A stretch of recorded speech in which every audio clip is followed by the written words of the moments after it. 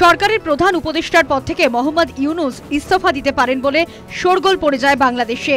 দেশের অন্যতম রাজনৈতিক দল বিএনপির সঙ্গে মনোমালিন্যের জেরে ইস্তফার সিদ্ধান্ত বলে খবর রটে। সমস্ত জল্পনার অবসান হলো। শনিবার উপদেষ্টা মণ্ডলীর বৈঠক শেষে নোবেলজয়ী ইউনূস এখনই পদত্যাগ করছেন না বলে দেশটির পরিকল্পনা উপদেষ্টা ওয়াহিউদ্দিন মাহমুদ জানিয়েছেন। ইউনূস এবং সকল উপদেষ্টাই শপথে বহাল থাকছেন, কেউ পদত্যাগ করছেন না বলে বাংলাদেশের এক দৈনিকের প্রতিবেদনে উল্লেখ করা হয়েছে। এদিকে অন্তর্বর্তী সরকারের প্রধান উপদেষ্টাকে সোশ্যাল মিডিয়ায় এক পোস্টে তুলে করেছেন প্রাক্তন প্রধানমন্ত্রী শেখ হাসিনা। বিচ্ছিন্নতাবাদীদের ইউনূস সাহায্য করছেন বলে অভিযোগ করেছেন তিনি।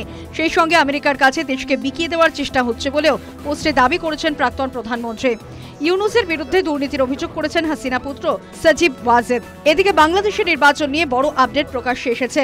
আগামী ডিসেম্বর থেকে পরের বছর জুন মাসের মধ্যে বাংলাদেশে সাধারণ নির্বাচন করার ব্যাপারে ইউনূস মনস্থির করেছেন বলে খবর। News time.